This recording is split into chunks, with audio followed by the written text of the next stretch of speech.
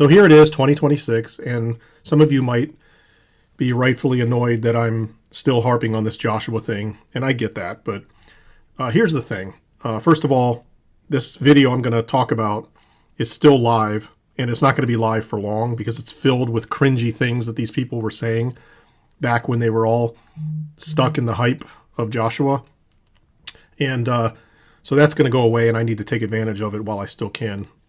Because the main reason I'm doing this is I'm hoping that I can help some of these Rapture Club people overcome the real problems they have in their thinking and move on. Because, I know they're never going to stop daydreaming about being whisked away to heaven and out of their troubles.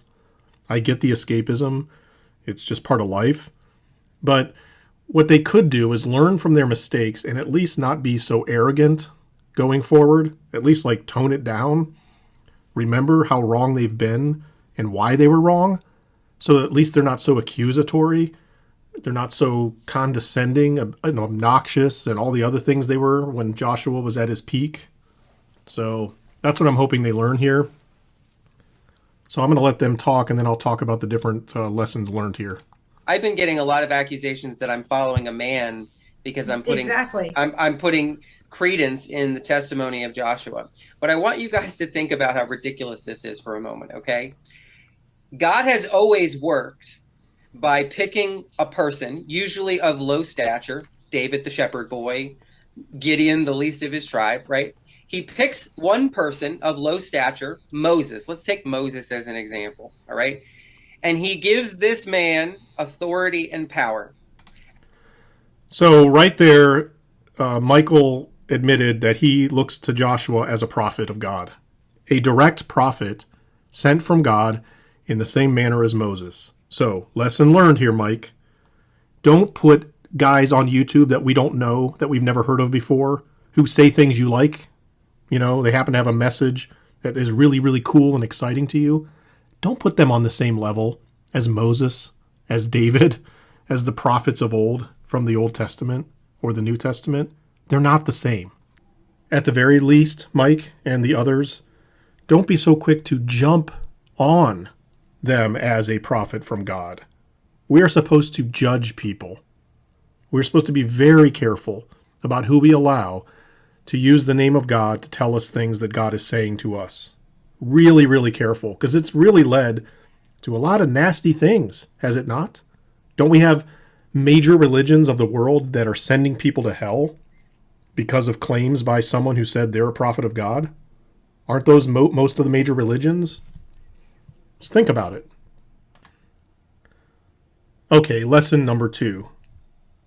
Don't think of yourself as being at the level of the Old Testament prophets or at the level of the people of God of the Old Testament who were given clear directions from obvious, clear prophets of God and clear and obvious signs from God from heaven.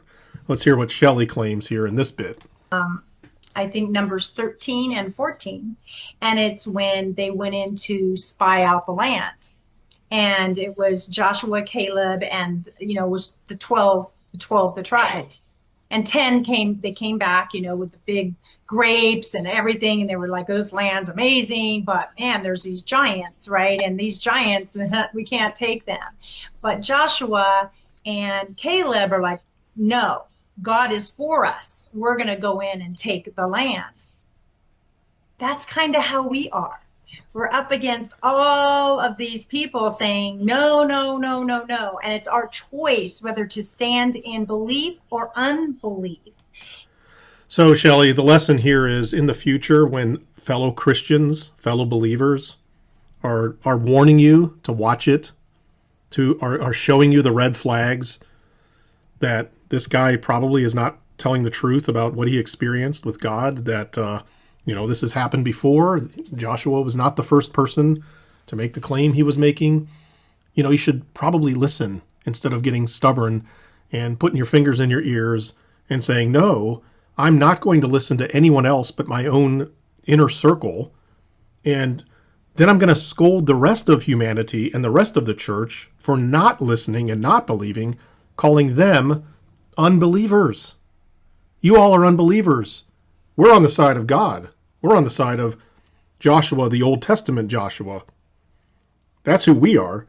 Are you going to stand with God? That's what I'm talking about right there.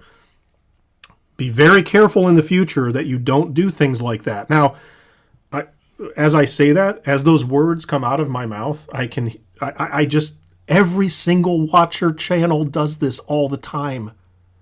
That's what they do every day, all day long. We know what's really happening. We watchmen on the wall, we understand what we are seeing in the world. The rest of the world is asleep. The rest of the church is asleep. We understand, though, because we're watchmen. All right? So, again, I'm glad the Joshua thing happened because it showed in the ugliest form where these people stand in their viewpoint, where they stand in their mentality, what's really in their heart. They are so full of themselves. They are so filled with arrogance. It makes them stupid. And they're worshiping idols, the idol of a soon rapture that will get them out of their situation. Escapism. You worship idols, you get stupid. Lesson number 3.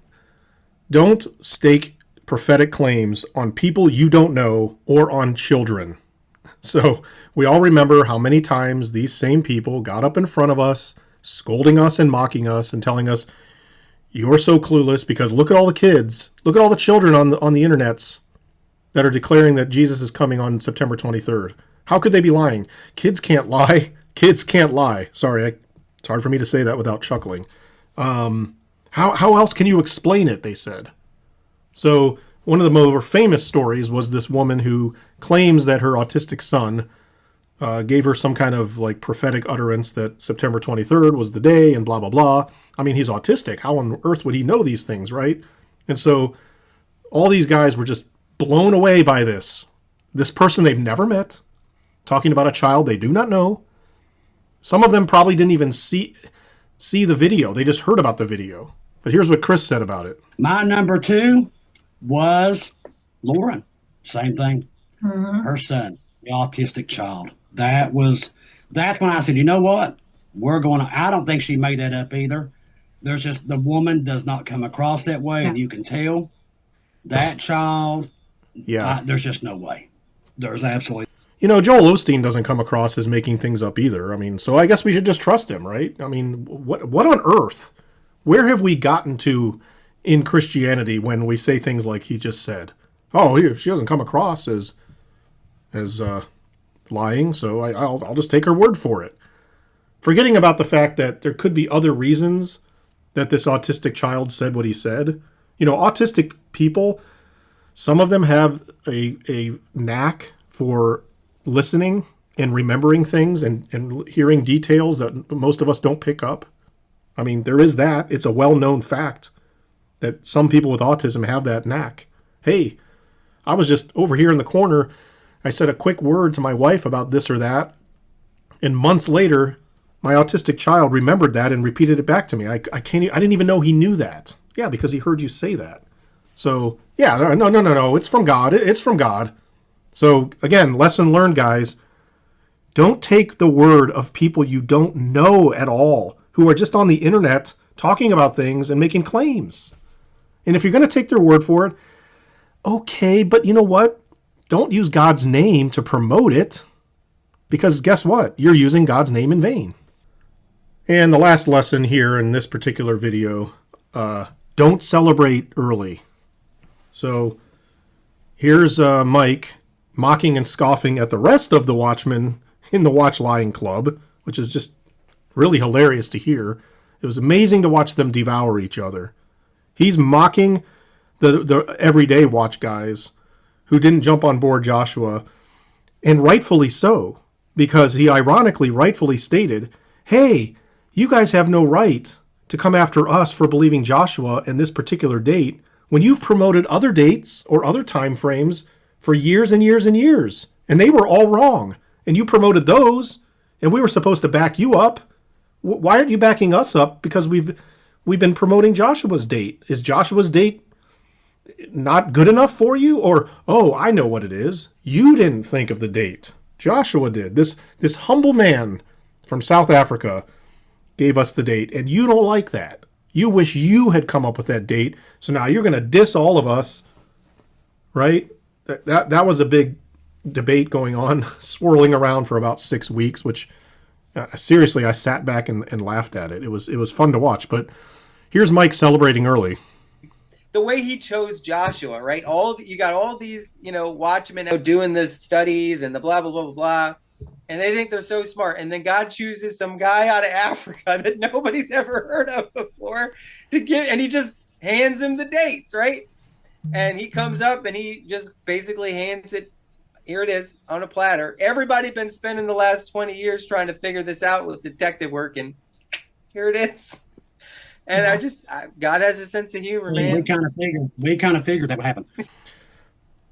Right. So again, a couple of things there.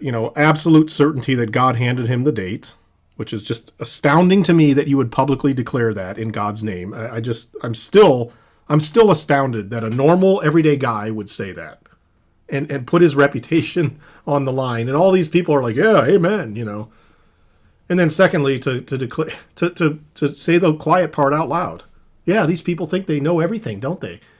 They're so proud of their date setting and their time frames and their calculations, and they're so proud of it. Yeah, I know. All of you are. This is all about attention.